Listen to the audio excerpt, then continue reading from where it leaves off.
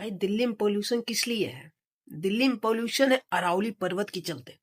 अरावली पर्वत की 3 संखिला जो है ना, वो तीनों तरफ से दिल्ली घिरी हुई है। दिल्ली को वो घेर के रखे हैं। दिल्ली की जो गंदी हवा है, जो सब प्लस AIQ है, कभी 1000 पार जा रही है AIQ, जिसमें हम सांस बहुत अच्छी तरह से ले पा रहे हैं, वो हवा को वो रोकती है अरावली पर्वत। इसलिए दिल्ली की जो गंदगी हवा है वो बाहर नहीं जा पाती है। इसलिए वो अरावली पर्वत को काट देना चाहिए, उसको हटा देना चाहिए, उसे अडानी अंबानी और ऐसे बड़े बड़े मित्रों को बेच देना चाहिए। जैसे देश का हर कुछ सेल कर दिया जा रहा है, वैसे अरावली पर्वत को भी सेल कर दिया गया है। और एक चाटुकार पत्रकार है जिनको अभी राज्यसभा जाना है, इनको राज्यसभा जाना है, इसलिए ये इतनी गंदी हरकतें कर रहे हैं। इनका कहना है अरावली पर्वत को काट दो। अरावली पर्वत को इसलिए काटो क्योंकि जो दिल्ली की गंदगी हवा है ना, ये दिल्ली से बाहर नहीं जा पा रही है, उसका कारण है अरावली पर्वत। पहले आप वीडियो देखिए। एक्सपर्ट ये भी बताते हैं कि दिल्ली की भौगोलिक स्थिति एक बड़ी वजह है। दिल्ली की आकृति एक कटोरी की तरह है जो 3 तरफ से अरावली की पहाड़ियों से घिरी है। इसीलिए प्रदूषित हवा दिल्ली में कैद हो जाती है, बाहर नहीं निकल पाती। इसीलिए दिल्ली के पोल्यूशन का इलाज न तो एक दिन में हो सकता है, न एक सीजन में। इसके लिए एक लॉन्ग टर्म प्लान की जरूरत है जिसमें सबके सहयोग की आवश्यकता हो।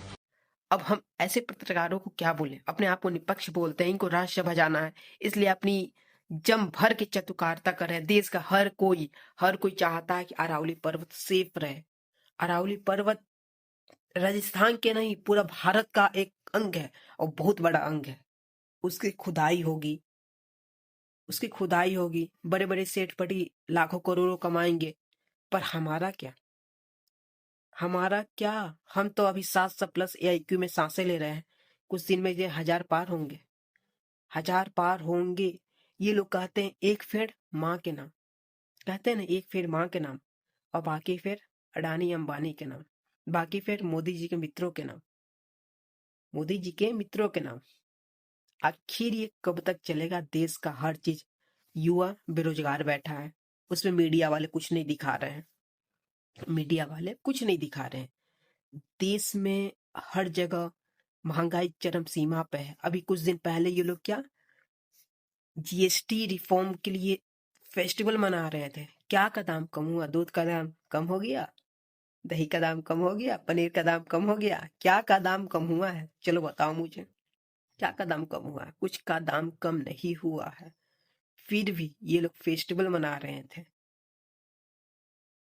गलती तो हमारी ही है, हम ही ऐसे लोगों को वोट दे के संसद में बैठाए हैं जिसको पढ़ना तक नहीं आता है। ऐसे लोगों को हम संसद में भेजेंगे तो हमें तो गिफ्ट मिलना ही चाहिए, और इससे अच्छा गिफ्ट और कुछ हो नहीं सकता। जय हिंद।